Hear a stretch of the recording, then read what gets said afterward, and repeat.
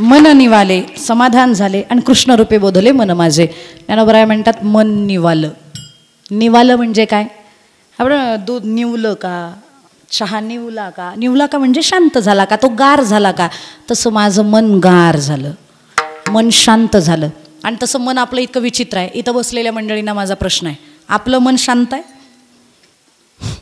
मन जर शांत झालं ना तर तात्काळ ब्रह्मबोध होऊ शकतो आपल्याला, पण आपलं मन शांत नाही. कीर्तनात बसलेले सुद्धा म्हणतायत 12 वाजत आले, कधी संपवतायत ताई, घरी जायचं आहे आम्हाला, उद्या काम आहेत बरीचशी. आपलं मन जागेवर नाही, म्हणून ना ह्याचं मन थाऱ्यावर नाही म्हणून हा सुखी नाही. मन स्थिर झालं ना की तुम्ही सुखी आहात. आयुर्वेदामध्ये सुद्धा हेच वर्णन आलेलं आहे.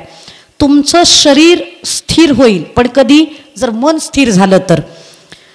समदोष समाग्निश्च समधातुमलक्रिया प्रसन्नात्मेंद्रिय मन स्थिर इत्यभिधीयते. आयुर्वेदाचार्य म्हणतात तुमच्या शरीरातले 3 दोष सम असावेत, तुमच्या शरीरातले 7 धातू सम असावेत, तुमच्या शरीरातला अग्नी हा सम असावा, आणि आत्मा, इंद्रिय, मन ज्या वेळेला स्थिर असतील त्यावेळेला तुमच्या जीवनाला स्थैर्य लाभतं. आणि ते स्थैर्य लाभावं म्हणून मन शांत करा. मन शांत करणं सोपं नाही. अर्जुनासारख्या महात्म्याला म्हणावं लागलं, चंचलही मन कृष्ण प्रमाथी बलवदृढा तस्याहम निग्रहम मन्ये वायुरिव सुदुष्करम. वायूचा वेग कमी एवढा वेग या मनाचा आहे. बघायचंय का तुम्हाला तुमच्या मनाचा किती वेग आहे? तुम्हाला प्रॅक्टिकल दाखवू शकते मी. ऐका, आळंदी ऐकलं? आळंदी ऐकलं? जाऊन आलात?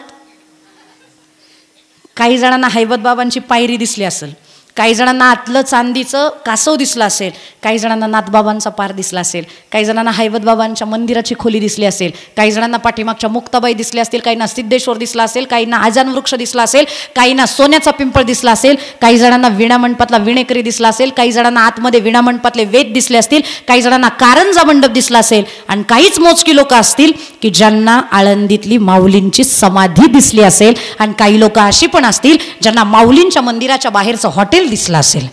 जे जे तुम्ही ठसवलंय ते तुम्हाला दिसलं. किती सेकंदात हे घडलं? मी पहिल्यांदा आळंदी म्हणले त्यावेळेला मन गेलं, आणि दुसऱ्यांदा आळंदी म्हणले त्यावेळेला पुन्हा इथं आलं. इतकं चंचल आहे मन. चंचल चपला जाता येता न लागे वेळ, जाता येता न लागे वेळ, जाता येता न लागे वेळ. जायला वेळ नाही आणि यायला वेळ नाही, इतकं चंचल आहे. म्हणून ज्ञानोबराय म्हणतात, आणि अखंडित प्रसन्नता जिये चित्ताची सर्वथा, तया रिगणे नाही समजता संसार दुःखा. अख्ख्या संसाराची दुःख त्याची दूर होतील ज्याचं मन स्थिर आहे. म्हणून मन स्थिर करा.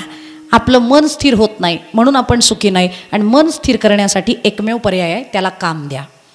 सध्या मन रिकाम आहे, शरीराला काम आहेत पण मनाला काम आहे नाही. मग त्या मनाला काम काय द्या? माझ्या मनाला गो छंद नित्य गोविंद गोविंद, माझ्या मनाला गो छंद, माझ्या मनाला गो छंद,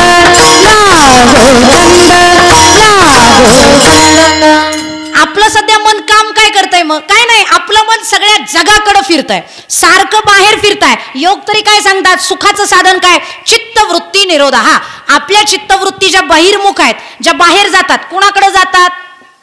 शेजारच्यांच्या घरात काही वस्तू आली की तिकडे जातात. मग त्या मनाला वाईट वाटायला लागतं, मग ते जळणं चालू होतं. आणि न्यूरोप्लास्टिसिटी नावाचा एक रोग आहे, आपल्याला प्रत्येकालाच आहे. ती न्यूरोप्लास्टिसिटी म्हणजे काय असते माहिती आहे का?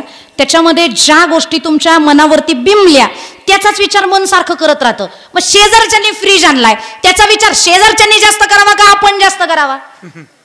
ज्याला मिळालाय त्याला करावा, पण शेजारीन त्याचा डबल विचार करते. माझा सिंगलच डोर आहे, तिचा डबल डोर आहे, शॉर्ट सर्किट व्हावं, जळूनच जावा. न्यूरोप्लास्टिसिटी हे मन आहे. आणि काय माहिती आहे का, मी बऱ्याचदा सांगते, नकारात्मकतेला सकारात्मकतेत कन्वर्ट करण्याचा प्रयत्न करा. निगेटिव्हिटीला पॉझिटिव्हिटीमध्ये कन्वर्ट करा. एक क्षण असा असतो की त्या क्षणात नकारात्मक विचार चालू झाले की तिथं मनाला थांबवता आलं पाहिजे आणि त्या मनाला सांगता आलं पाहिजे, ए बदल बदल बदल बदल ही काळाची गरज आहे. सकारात्मक ताण. तिने डबल डोअर आणलाय तर मी 4 डोअर आणेल. स्वतःला मोठं करा, दुसऱ्यावर जळू नका. MBAच्या लास्ट इयरला असताना एका सरांनी अशी रेष काढली आणि सांगितलं तिला बारीक करून दाखवा. त्यात काय अवघड आहे म्हणले, डस्टरनी पुसली की झाली बारीक. म्हणजे डस्टरला हात लावू नका, दाखवा बारीक करून. म्हणजे हाताने मोडू, हात न लावता तिला बारीक करून दाखवा. 45 मिनिटाचा तास गेला, रेष काय बारीक करता आली नाही. शेवटी ते गुरुजी त्यांनी सांगितलं करून दाखवतो. म्हणे करू का? हो म्हणे करा. डोकीच चालेनात आमची. शेवटी त्या सरांनी खडू घेतला आणि त्या रेषेच्या शेजारी डबल मोठी रेष मारली. ज्या वेळेला दुसरी मोठी मारली त्यावेळेला पहिली आपोआप बारीक दिसायला लागली. म्हणजे पहिलीला बारीक करण्यासाठी तिला हात लावायची गरज नाहीये, तिच्या शेजारची जी दुसरी आहे तिला मोठी करण्याची गरज आहे. तसं दुसऱ्यांवर जळू नका, त्यांना बारीक करण्याचा प्रयत्न करू नका, त्यांच्यापेक्षा डबल मोठे होण्याचा प्रयत्न करा. जग तुम्हाला बारीक दिसायला लागेल आणि हेच आपल्या यशाचं गमक आहे. आणि मग मन पण स्थिर होईल. त्याच्यापेक्षा आपण मोठे झालो की आपलं मन शांत आहे. त्याच्याकडे जेवढं आहे त्याच्यापेक्षा डबल माझ्याकडे आहे. आणि माणसाचं मन इतकं विचित्र आहे ना. आता या वारीमध्ये काय झालं, आमच्या दिंडीमध्ये एक चोर घुसला होता. चोर घुसल्यानंतर त्यांनी बरेच जणांचे पैसे मारले शोधून. आणि वारकरी कसा असतो, एकदा झोपला की मड हेगत पडतो. कारण दिवसभर चालायचं असतं. कोण पिशव्या चाचपतय का कोण अगदी पावसाचं पाणी खालून जोपर्यंत लागत नाही तोपर्यंत वारकरी जागे होत नाही. मग चोर काही चाच पडतोय कसं लक्षात यायचं. बऱ्याच जणांचे पैसे गेले. मग दुसऱ्या दिवशी सकाळी बोंबाबोंब झाली, पैसे गेले आणि त्यात माझेही पैसे गेले. मग सगळ्या जणी कोणाचे किती गेले. माझी 500ची नोटच गेली होती, जास्त नाही. चोर कदाचित भुरटा असावा, बेवडा असावा, त्याच्यामुळे त्यानं थोडे म्हणजे माझे 500 गेले. मी सगळ्यांना विचारत होते तुमचे किती गेले. एक जण म्हणली माझे 200 गेले. एक जण म्हणली माझे 100 गेले. एक जण म्हणला माझे 1000 रुपये पाकिटात होते, 1000 रुपये गेले. जोपर्यंत 200-300 म्हणत होते तोपर्यंत माझ्या मनाला टेन्शन येत होतं, माझेच जास्त गेले. पण ज्या वेळेला एक जण बाबा म्हणले माझे 1000 गेले, जे मला समाधान झालं, माझ्यापेक्षा कोणाचे तरी जास्त गेलेत. हे मन आहे.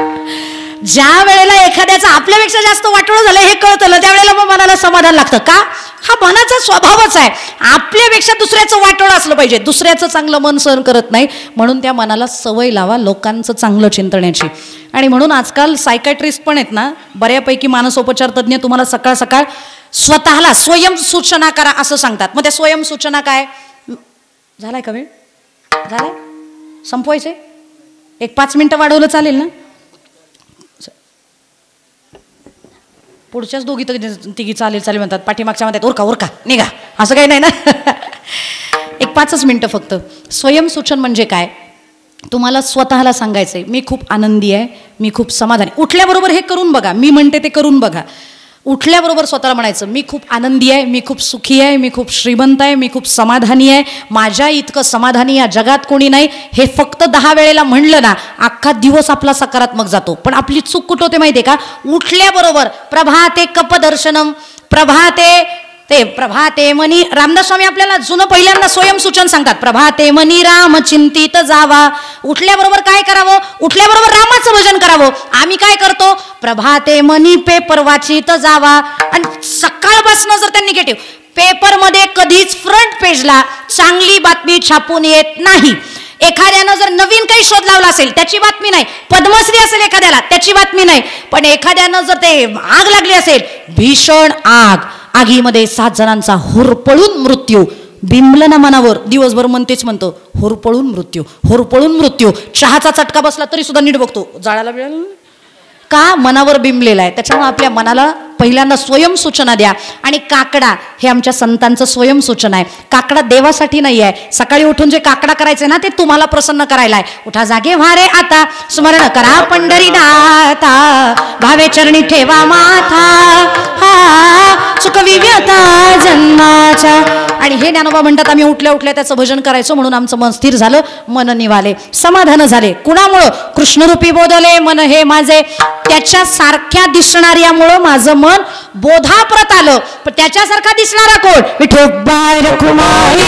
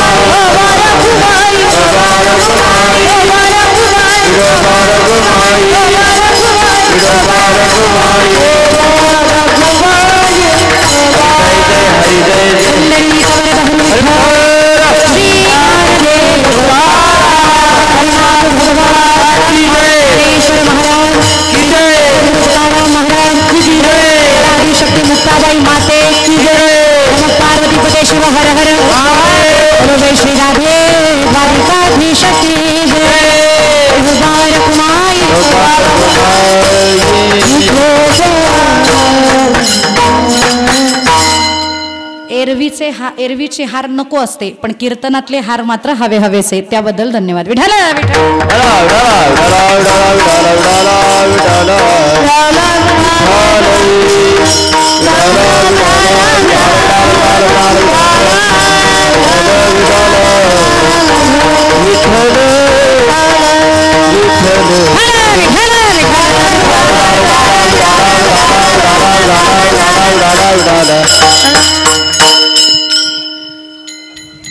आपल्याला फक्त मोजका वेळ आहे. फुलं पटपट पटपट घ्या. भगवंतानं जे काही अवतार घेतले, भगवंताला 24 अवतारात आपण बघतो, त्याच्यातले 10 अवतार वैष्णवांसाठी प्रधान आहेत असं मानण्याची परंपरा आहे. भगवंतानं अवतार घेतले त्याला कारण कोण असेल तर बार्शी नावाचं एक गाव आहे, तिथे एक भक्त होऊन गेले. त्या अंबऋषी राजांच्या, तुम्ही फुलं वाटताय की गप्पा वाटताय? गप्पा वाटत नसाल तर फक्त हाताने फुलं वाटता येतात. माझ्याकडे 5च मिनिटं राहिलंय. अख्खं मला कृष्ण जन्माच्या अगोदरची पार्श्वभूमी सांगायची आहे. अगोदर मी सांगणार आहे, बिफोर बर्थ मला सांगायचं आहे, आफ्टर बर्थ कालावाले सांगतील. त्याच्यामुळे मला तेवढं तरी किमान ॲटलिस्ट फुलफिल करायचं आहे. म्हणून लक्ष द्या इकडे. हातामध्ये फुलं घ्या, खाली ठेवा आणि कान माझ्याकडे द्या. भगवंताला अवतार घेण्याचं काही कारण नाही, पण अंबऋषीचे सोशी गर्भवास, अंबऋषी राजाला दुर्वासांनी शाप दिला होता. माझ्या अगोदर तू उपास सोडायला बसलास, मला पाहुणं म्हणून बोलवलं आणि माझ्या अगोदर जेवायला बसलास, याचा तुला परिणाम भोगावा लागेल. 10 जन्म घेशील पण तुला याचं पुण्य लागणार नाही. मग अंबऋषी राजानं काय करावं लागेल म्हणे मला काही माहीत नाही. राग आला म्हणून दुर्वास ऋषींनी डोक्याचा केस उपटला, त्याची कृत्या तयार केली आणि ती दुर्वास ऋषींच्या पाठीमागं पाठवली. ते कृत्येला घाबरून अंबऋषी राजा पळायला लागले. पळता पळता विष्णूंकडे आले. विष्णूंनी जसं त्या कृत्येला बघितलं, ते सुदर्शन सोडलं, त्या कृत्येला ठार मारलं. पण ती कृत्या ज्यांनी बनवली त्या दुर्वास मुनींच्या पाठीमागं ते सुदर्शन फिरायला लागलं. शेवटी ते सुदर्शनाच्या भीतीला म्हणजे ते घाबरले आणि विष्णूकडे आले. ए बाबा, मी तुझा भक्त आहे ना, मला का मारायला पाठवलं? म्हणे माझ्या भक्ताला मारायला तुम्ही कृत्या पाठवली, तुम्ही हे दुष्कृत्य केलं म्हणून तुम्हाला मारण्यासाठी सुदर्शन. म्हणे चूक झाली असेल तर माफ करा, पण त्याला थांबवा. त्यावेळेला भगवंतानं सांगितलं, सोडणं माझ्या हातात आहे, थांबवणं माझ्या हातात नाही. मग ते ज्या भक्तासाठी सोडलंय, जर त्यांनी मान्य केलं, त्यांनी जर तुम्हाला माफ केलं तर ते सुदर्शन चक्र थांबेल. अंबऋषी राजांनी हात जोडून सांगितलं, देवा त्यांना माफ करा.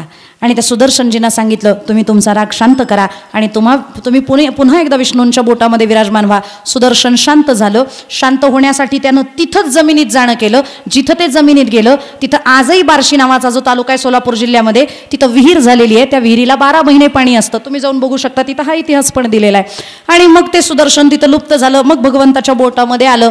पण अंबऋषी राजाने हात जोडून विचारलं, देवा मला शाप दिलाय त्यांनी, 10 जन्म जरी घेतले तरी पुण्य मिळायचं नाही, मला आता पुन्हा जन्माला यायचं नाही.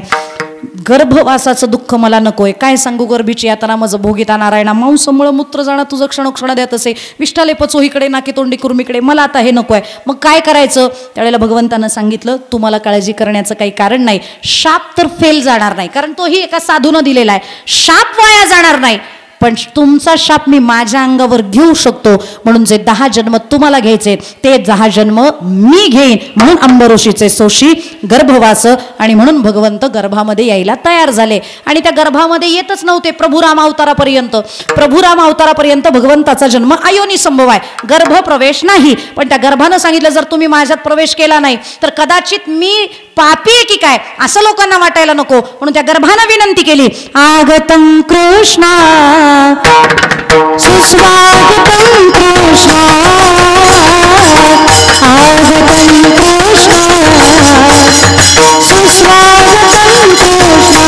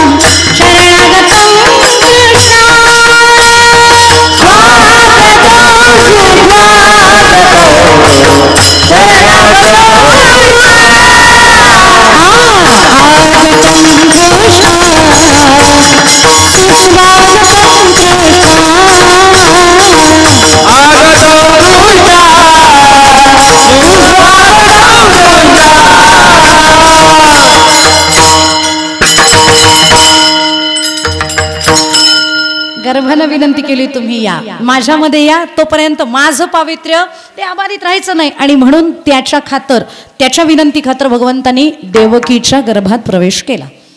भगवंतानं देवकीच्या गर्भामध्ये प्रवेश केला, पण तो सुद्धा का केला? त्याच्या अगोदरचं प्रयोजन.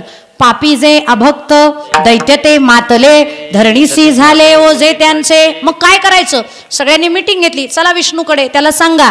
म्हणून वत्सरूपी पृथ्वी ब्रह्म्यापाशी जाय, नेत्री वाहे तोय सांगत असे.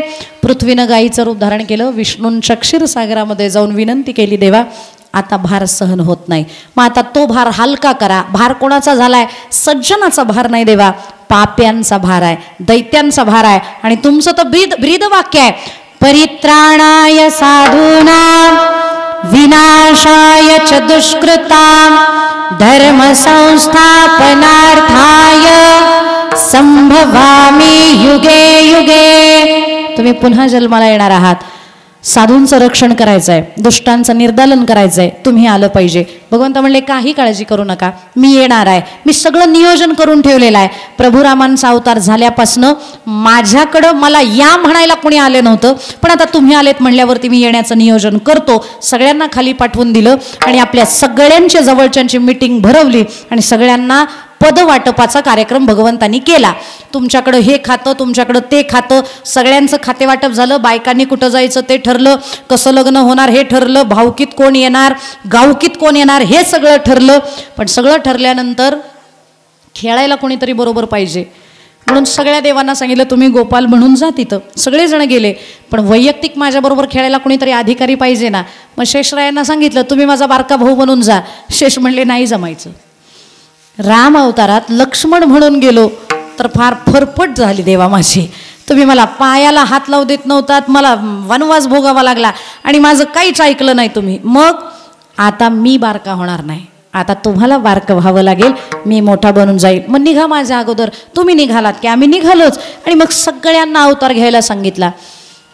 सगळ्यांचं अवतार कार्य झालं, पण ज्यांच्या पोटी जन्माला यायचं होतं त्या देवकी वसुदेवांचं काहीतरी पूर्वपुण्य, तुका म्हणे होता ठेवा, तो या भावात सापडला. म्हणून त्या दोघांची जोडी भगवंतानं निवडली. याच्याही अगोदर त्यांच्या घरी येणं झालं होतं. देवकी ही प्रभुरामांच्या अवतारात कोण होती? कैकई. ज्या वेळेला सगळ्यांचा निर्दालन करून कंसाला मारून ज्या वेळेला 14 वर्षांनी कृष्ण तिला भेटायला आले, त्यावेळेला देवकीनं विचारलं कृष्णा जर माझा मुलगाच बनून यायचं होतं तर 14 वर्षाचा असा का मला वियोग घडवला? त्यावेळेला ते म्हणले गेल्या जन्मात तू मला लांब पाठवलं होतं म्हणून या जन्मात मीच लांब गेलो. म्हणे मी कधी पाठवलं होतं? आठव म्हणे कैकई बनली होतीस त्यावेळेला तुला दुर्बुद्धी सुचली, मला वनवासाला पाठवलं म्हणून या जन्मात मी गेलो. मग त्या जन्मात कौसल्या होती, ती या जन्मात कोण? ती या जन्मामध्ये यशोदा झाली आणि यशोदेच्या रूपानं ती आली. त्या 14 वर्षाचा तिला परतावा द्यायचा होता, ते सुख द्यायचं होतं म्हणून यशोदेच्या रूपानं तिला बोलवून घेतलेलं आहे. आणि म्हणून 14 वर्षाचा वनवास माझ्यापासून दूर राहणं तुला व्हावं लागलं. आणि मग देवकी मातेला भगवंत येणार हे कळलं कधी? तिच्याच लग्नामध्ये. कंसाची सख्खी चुलत बहीण ती म्हणजे देवकी. आणि पूर्वीच्या काळी लग्न झालं की गावकोसाच्या बाहेर माहेरकडच्यांनी सोडायला जायची पद्धत होती. खास करून जी भावंड असायची, भाऊ असायचे, ते गावाच्या बाहेर वेशीच्या बाहेर सोडायला जायचे. आत्ताचा एकही भाऊ सोडायला जात नाही, कारण बहिणी चांगल्या राहिल्या नाहीत, त्या हक्क सोडपत्रावर सह्या करत नाहीत. त्याच्यामुळं तो कुठं नाही, म्हणून तर भाऊ बहिणीचं प्रेम नाही. कित्येक तरी बहीण भाऊ असे आहेत की 8-8, 10-10 वर्ष एकमेकांची तोंड बघितलेली नाही, राखी बांधलेली नाही. भाऊ विजेला साडी चोळी मागता येत नाही का? साडी चोळी एडिट करून टाका, कारण असंच एका कीर्तनात बोलले तर बऱ्याच जणांनी मला खाली कमेंटमध्ये शेअर करू नका, पैसा इथंच राहणार आहे, बरोबर प्रेम येणार आहे. त्याच्यामुळे प्रेम जर टिकत असेल तर सह्या करायला काही हरकत नाही. आणि मग त्या देवकीला सोडायला गावाच्या बाहेर निघाला. पण कृष्णाला सुद्धा काही सरळ यायचं होतं का? तो जन्मजातच वाकडा आहे ना, त्याच्यामुळं त्याला जन्मापासूनच काहीतरी वाकडेपणा पाहिजे होता. तिथं आकाशवाणी झाली आणि त्या आकाशवाणीनं सांगितलं ही कृष्णाची पहिली लीला. जन्माला आल्यानंतर सगळ्या लीला होतील, पण जन्माला यायच्या अगोदरची लीला, जन्माला यायच्या अगोदरच खऱ्या आकाशवाणीनं नाव घेतलं.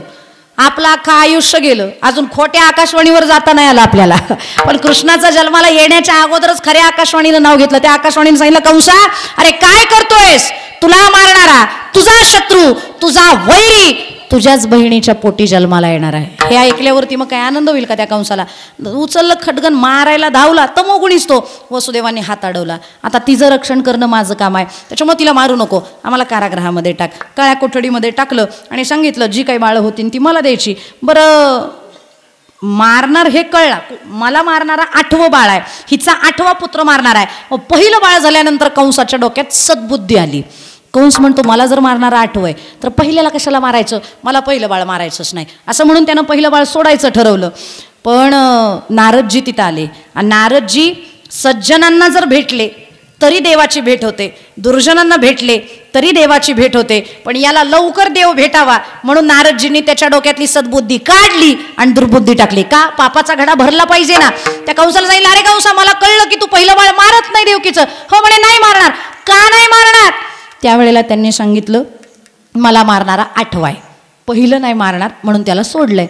नारदजी म्हणले किती रे चांगल्या विचाराचा आहेस तू. आता बघा कंसाला म्हणतायत कोण? नारदजी. किती रे चांगल्या विचाराचा आहेस तू.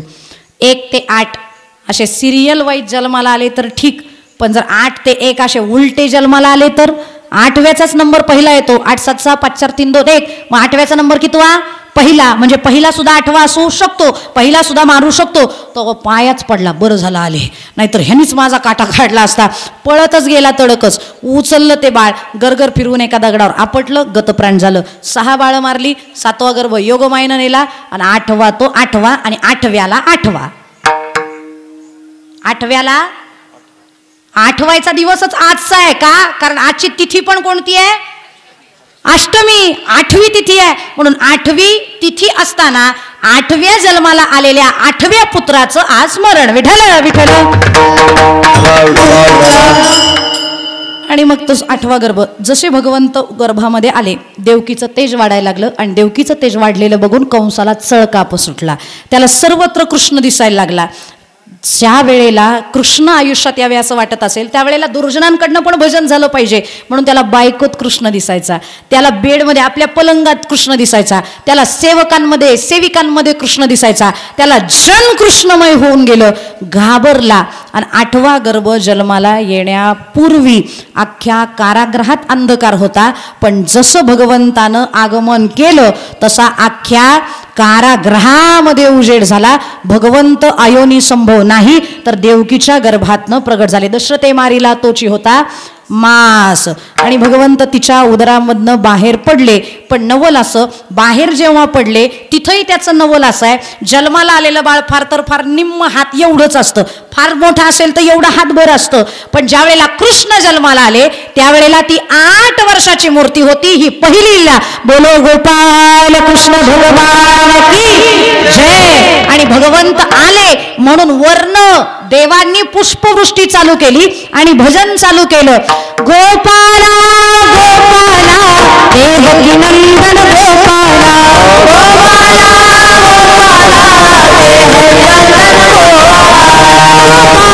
गोपाला देवकी नंदन गोपाला, गोपाला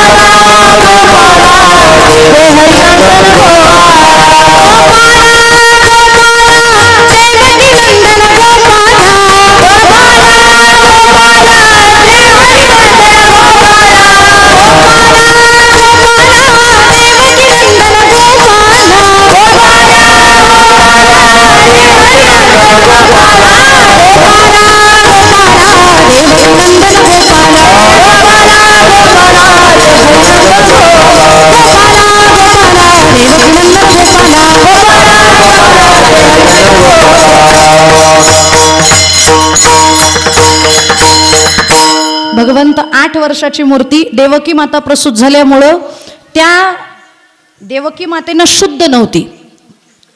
बाई प्रसूत झाल्याबरोबर तिला काही क्षण मूर्छा येते, म्हणून देवकी माता प्रसूत झाल्यामुळे मूर्छित होत्या. पण जसं वसुदेवांनी कृष्णाला बघितलं त्यावेळेला त्यांची समाधी लागली. हाही कृष्णाचा खरा जन्म नाही, कारण जन्माला आले कोणत्या वयात आहे ते अजून 8 वर्षाचे आहेत. 8च वर्षाची मूर्ती आहे. समाधी लागली. समाधी जशी भंग झाली तशी मिठी मारली. मिठी मारल्याबरोबर मग देवकी मातेला जाग आली. ती जागृत अवस्थेत आली आणि सांगते, सोडा सोडा मिठी लपवा लपवा जग जेठी, लपवा लपवा जग जेठी, घरी हे कंसासी कळेल माझ्या बाळासी मारेल, माझ्या बाळासी मारेल. मिठी सोडा, कंस येईल, माझ्या बाळाला मारेल. 8 वर्षाची मूर्ती बोलायला लागली, काळजी करू नको, तो मला मारू शकणार नाही, फक्त मला इथनं हलवा. इथं आता एक्सप्लेन करण्याचा वेळ राहिलेला नाही. त्यांनी सांगितलं वडिलांनी, अरे न्यायचं कसं तुला, एवढ्या मोठ्याला कडेवर कसं नेऊ मी, एक तर अन्न वेळेवर जात नाही, एक तर भेटत नाही, भेटलेलं चांगलं नसतं म्हणून ते खाता येत नाही, तुला एवढ्या मोठ्याला कसं न्यायचं. म्हणे मी बारीक होतो, पण माझी न्यायची व्यवस्था. कशात नेऊ, टोपल्यात न्या, अंगवस्त्र टाका. कुठं नेऊ, नंदाच्या घराला, नंदाच्या घराला, मज नी गोकुळाला, मजनी गोकुळाला, मला नंदाच्या घराला न्या. पण देवकीनं हात जोडून सांगितलं, देवा मी तुम्हाला माझ्या गर्भी या असं सांगितलं होतं, पण गर्भाला या ते या अवतारात या, 8 वर्षाच्या बाळाच्या स्वरूपात या असं सांगितलं नव्हतं. मला बालकाच्या स्वरूपात तुम्हाला बघायचंय आणि ते रूप बघण्यासाठी माझं चित्त आतुर झालेलं आहे. सगळी माहिती तुम्हाला कळली. हो म्हणे कळली. दरवाजा कसा उघडेल, म्हणे फक्त माझा पाय लावा, तुमची साखळ दंड गळून पडतील. उचलिला कमळापती पायीची बंधने गळती असं होणार आहे. अगदी साखळ दंड तुमची गळून पडतील, दरवाजे कड्या कुलपा निघून जातील, द्वारपालांना झोपा लागल्या असतील जशा तुम्हाला लागायला लागल्या नाही ना, अजून तरी नाही. असे सगळेजण झोपी जातील आणि यमुनेचा पूर जो आलेला असेल तोही मी तुम्हाला पार करून देईल, पण मला घेऊन जा. माहिती कळली? हो कळली. आता हो बारीक? हो बारीक. आता भगवंत बारीक झाले आणि मग त्या भगवंताचं स्वरूप जे होतं ते लड्डू गोपालाचं स्वरूप. पुंडलिक वरद हरी विठ्ठल श्री ज्ञानदेव तुकाराम पंढरीनाथ भगवान की जय. श्री कृष्ण गोविंद हरे मुरारी, हे नाथ नारायण वासुदेव, श्री गोविंद हरे मुरारी, हे नाथ नारायण वासुदेव. नामयाचा स्वामी प्रगटला. नामदेव महाराजांचे स्वामी असणारे कृष्ण परमात्मा जन्माला आले. जन्माला इकडं आले, पण दुसऱ्या दिवशी लगेचच सकाळी तिकडं नेऊन पोहोचवल्यामुळं त्याच्या जन्माचा आनंद तिकडं साजरा झाला.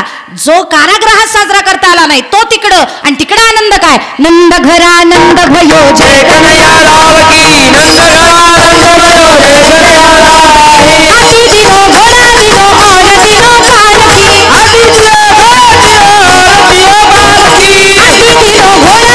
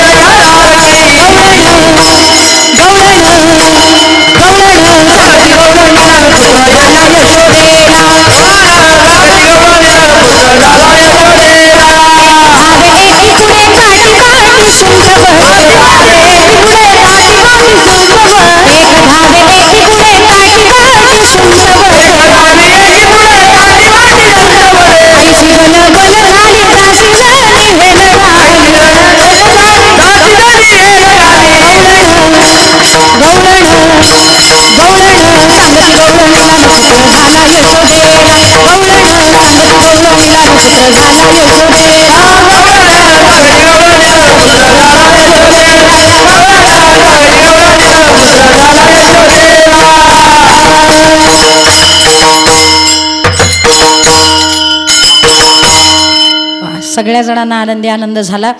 आनंद झाला म्हणे. नंदाच्या घरी कृष्ण जन्माला आला नाही, मग कोण जन्माला आले? नंद घर आनंद भयो. तोच आनंद आपल्या घुलेवाडीमध्ये यावा. आज मंदिरात अवतरलेला कृष्ण तुमच्या घरात अवतरावा, तो तुमच्या अंतकरणात झिरपावा आणि भक्ती रसातनं तो तुमच्या कृतीतनं प्रस्फुटित व्हावा. याच गोकुळाष्टमीच्या तुम्हाला शुभेच्छा. आणि ज्ञानोबराय म्हणतात, तो माझ्या अंतकरणात आल्यामुळं, अंतकरणात त्याचा जन्म झाल्यामुळं तो मला सर्वत्र दिसायला लागला. नामदेव महाराजांची तीच अवस्था. नामदेव महाराज सांगतात, ज्या वेळेला मी त्याला, मला असं वाटलं की तो मला फक्त पंढरपुरातच सगळीकडे दिसायला लागला की काय, म्हणून द्वारकेला बघायला गेलो, पण तिकडेही तोच. ओ वाळू मी गेले माया गेले द्वारके, जिकडे पावे तिकडे, जिकडे पावे तिकडे, चतुर्भुज सारिखे, चतुर्भुज सारिखे. म्हणून लाजले गे माये आता कोणा वाळू, जिकडे पावे तिकडे चतुर्भुज गोपाळू, चतुर्भुज गोपाळू. म्हणून बाप रखमादेवी वरू सावळा सर्वा घटी, चित्त चैतन्या मिठी घाली ती खेवो. जर आपल्याला नाहीच दिसला असा ज्ञानोबरायांसारखा, तर तक्रार कोणाकडे करायची? ज्ञानेश्वर.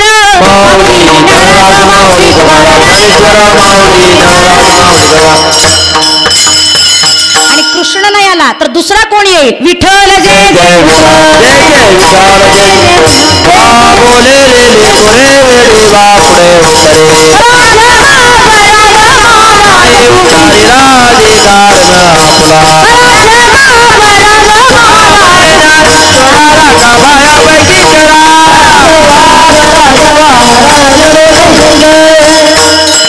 माफी मागते.